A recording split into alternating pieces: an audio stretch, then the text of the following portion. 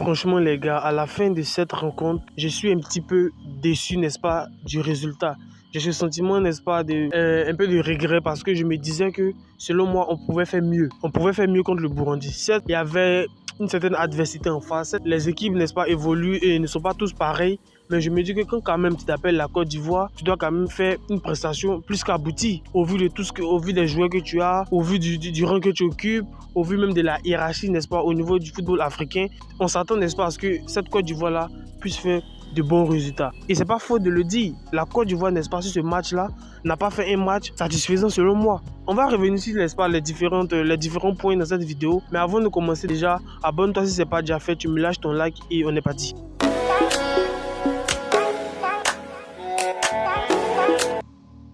Pour ce match-là, n'est-ce pas, Faye nous a sorti un 3-4-3. Visiblement, moi, je ne m'attendais pas à ça.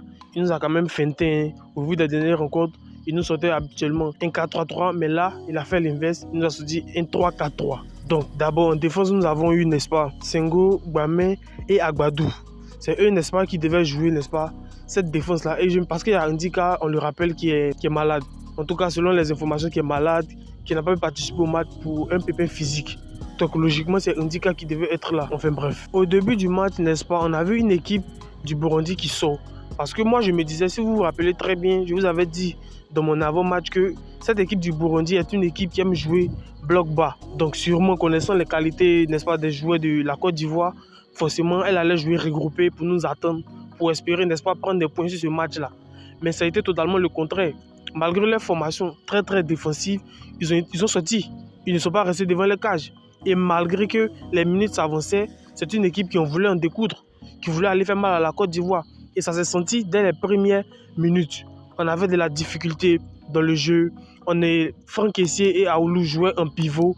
Ils avaient la difficulté, n'est-ce pas, à sortir proprement les ballons. Ce qui, n'est-ce pas, intensifiait le pressing, n'est-ce pas, du Burundi. Parce qu'à la relance, on n'était pas très bon. On était très mauvais. Franck Kessié qui essayait de se démerder, mais sur certaines séquences, il était un petit peu esselé. Donc on n'arrivait pas à sortir proprement le ballon. Donc logiquement, ça a été difficile l'histoire de trouver nos attaquants. Surtout quand on rappelle que dans ce match-là, on n'a pas débuté avec des ailiers. Donc pour sortir le ballon proprement, pour, n'est-ce pas, aller chercher nos ailiers, ça a été très difficile. C'était très difficile. Je ne sais pas si vous l'avez constaté, mais moi je l'ai remarqué tout de suite. Et pour parler de ce manque de créativité, n'est-ce pas, de ce problème à la relance, à la sortie du ballon, dites-vous qu'en première mi-temps seulement, on a fait 8 dégagements. Ce qui est tout à fait énorme. Parce que les dégagements que nous avons faits, ce ne sont pas des dégagements anodins. Ce sont des dégagements qui sont venus parce que notre milieu de terrain, c'est-à-dire Franck Kessié et Aoulou, qui étaient censés orienter le jeu, n'est-ce pas, pour trouver, n'est-ce pas, les joueurs qui étaient sur le côté, Guessin, Crasso, etc., n'arrivaient pas à faire sortir le ballon. Donc lorsqu'ils remettaient la balle aux défenseurs, les défenseurs, n'est-ce pas, tiraient le ballon et dégageaient. Je ne sais pas si vous vous rappelez, il y a Agbadou, même dans cette première mi-temps-là, qui a lâché beaucoup de ballons en transversal. Mais ça n'a pas donné de suite. Plus de 8 dégagements dans cette première mi-temps. Mais pour revenir dans la défense, je ne sais pas si vous avez remarqué, on a joué dans un système de 3 défenseurs. Donc il y avait Gbamé, Agbadou et Senghor qui étaient les 3 défenseurs devant Yaya Fofana. Et sur les côtés, on avait Guila Doué et Assam Kamara. Mais si vous avez bien remarqué, Wilfried Senghor, qui n'était pas aujourd'hui dans le rôle de ailier, s'est plus projeté. Donc si certaines séquences, lui et Guila Doué se marchaient sur les pieds. Et ça s'est senti notamment en deuxième mi-temps. Wilfried Senghor était beaucoup haut, il montait assez. Ce qui n'était pas son rôle au vu de ce système. Donc il laissait des places derrière. Donc je ne sais pas si vous avez remarqué qu'il y a pas mal de ballons qui sont passés derrière Wilfried Senghor, qui a dû faire de longues courses pour aller les rattraper. Parce que, n'est-ce pas, il y avait un décalage. Parce que Guila Doué était censé apporter ce surnombre-là en attaque. Lui, il était censé défendre à partir du milieu du terrain. Donc lorsqu'il montait, il s'empressait de venir rapidement parce qu'il avait laissé un vide dans le dos. Et ça s'est senti plusieurs fois, notamment durant la deuxième mi-temps, il n'était pas vraiment en vue. Sur le but, il y a Guila Doué, n'est-ce pas, qui monte, qui va faire un centre pour trouver Sébastien Haller, qui va faire, n'est-ce pas, une passe en retrait à Ivan Guessin, qui va finalement marqué. Et franchement les gars, j'attendais ce but depuis longtemps.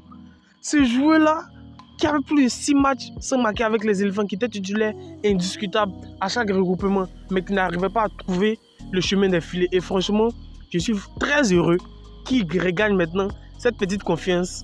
Je suis très heureux qu'il marque son premier but parce que ça faisait longtemps. On l'avait beau critiquer, moi d'ailleurs. Je me disais, qu'est-ce qu'il vient, il est très performant avec Nice, mais il n'arrive pas à être performant avec les éléphants. Et sur cette fenêtre-là, notamment sur ce match, il montre qu'on peut lui faire confiance. Il avait de la volonté. Et d'ailleurs, même pour revenir sur Evan Gerson, les 15 premières minutes, n'est-ce pas, on ne l'a pas beaucoup vu.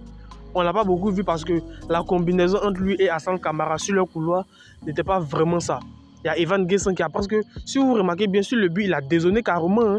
Il est venu au poste de numéro 9 parce qu'on n'arrivait pas à le trouver sur le poste d'ailier gauche. On n'arrivait pas à le trouver là-bas. Parce que, comme je vous l'ai dit, on avait un problème à la relance pour, n'est-ce pas, mettre nos attaquants sur orbite. Donc c'était franchement dû à la création. Même quand Hassan Kamara, n'est-ce pas, voulait déborder, le milieu était un frein. Franck Kessié essayait de se démerder, mais Aoulou, franchement, selon moi, n'a pas fait un bon match. Il n'a pas fait un bon match. Franck Kessié était bon dans l'ensemble. C'était parfait. Même Gbamé dans ce match, franchement, a livré une prestation impeccable. Il était très bon. Moi, je ne l'attendais pas à ce qu'il joue en défenseur. Hein. Faye nous a tous feinté dessus. Moi, je m'attendais à ce qu'il joue en milieu défensif. Mais avec cette formation-là, il ne pouvait jouer qu'à 3 derrière, donc en défenseur. Moi, j'avais un petit peu cette petite crainte. Parce que Faye lui-même l'a dit, hein, il venait en tant que numéro 6, un stopper, un milieu défensif. Mais là, il a joué dans un autre schéma et il a su s'adapter malgré l'enjeu de ce match, malgré tout ce lobbying autour de cette rencontre. Il a su s'adapter et il a su faire une prestation aboutie. Certes, sur quelques séquences, n'est-ce pas, il a même une séquence où il a carrément dézonné, il a eu une perte de balle et il est venu recouvrir sa faute. Il a dû sortir, n'est-ce pas, de ce poste-là pour venir au milieu de terrain. Mais ça peut arriver, il s'est loupé un petit peu, mais dans l'ensemble, il a fait un match assez correct. Le problème ici, comme je vous l'ai dit, ça a toujours été à la création. Et vous avez certainement dû le remarquer, on n'arrivait pas à trouver Sébastien Haller. Tout simplement parce qu'on ne jouait pas avec des ailiers. Evan Gerson n'est pas un ailier nominal. C'est vrai qu'il a été formé en tant qu'ailier, mais il joue plus dans l'axe à Nice. Donc on ne pouvait pas compter sur lui pour faire cette tâche-là. Il y a Jean-Philippe Crasso aussi qui n'est pas un ailier. Donc il ne pouvait pas déborder. Et c'est là où nos latéraux devaient apporter le surnombre en attaque. Notamment Guelado et Hassan Kamara. En première mi-temps, Guelado s'est montré très bon. Il était très bon dans les interventions. Il montait, mais au fil de la rencontre, il s'est un petit peu éteint et c'est Wilfried Senghor qui a pris le relais. Contrairement à Hassan Kamara qui voulait, il y avait de la volonté. Il voulait se donner, mais à chaque combinaison, il n'y arrivait pas parce qu'il y avait l'autre milieu de terrain était beaucoup débordé. Le Burundi nous a quand même surpris. On pensait qu'ils allaient rester dans leur cage, mais ils sont finalement sortis. Et ça, on ne s'attendait surtout pas à ça. L'autre raison aussi qui explique, n'est-ce pas, ce résultat-là, c'est qu'on a joué dans un système à 3-4-3. Et la dernière fois que MS Faye, n'est-ce pas, a joué avec 3 défenseurs, c'était face au Gabon lors de la 3e journée des éliminatoires de la Coupe du Monde. Rappelez-vous, le match est fini 1-0, on a gagné 1-0. Mais cette prestation, ce match, n'était pas du tout un grand match. Jean-Philippe Crasso aussi, dans ce rôle de faux neuf, n'est-ce pas, devait mettre sur orbite, que ce soit Haller ou Evan Gerson, parce que je l'attendais plus à ça. Parce que lorsqu'on a débuté le match, il n'y avait pas de milieu créateur en fait. Donc je me disais que Jean-Philippe Crasso allait jouer ce rôle-là. Mais lors de la première mi-temps, et même dans l'ensemble du match, il n'a pas vraiment été impactant. Je me rappelle même de cette occasion qu'il a ratée face à face. Mais ça, c'est une occasion qui ne se rate pas. Ça, c'est un 2-0. Sachant très bien qu'on n'est pas très stable dans le match. On était solide défensivement. La défense aujourd'hui a été impeccable. Mais comme je vous le dis, le problème réside toujours dans la créativité au milieu de terrain. C'est là que nous pêchons. Et on n'a pas commencé avec Simon Adingra. Je voulais qu'on commence sans eux pour qu'après, lorsqu'ils rentrent après, que les défenseurs soient un petit peu fatigués, ils puissent piquer, ils puissent déborder, ils puissent amener leur vitesse, leur génie pour pouvoir faire plus mal. Donc lorsqu'Adingra était sur le banc, moi je n'étais pas surpris, je m'attendais plus ou moins à ça. Je savais que, vu qu'il est en méforme, et même quand il est rentré, ça s'est senti sur ses prises de balles, il n'a pas été vraiment percutant, il n'a pas été vraiment dans l'action, il n'est plus dans le rythme de la compétition. Et c'est de ça que nous parlons.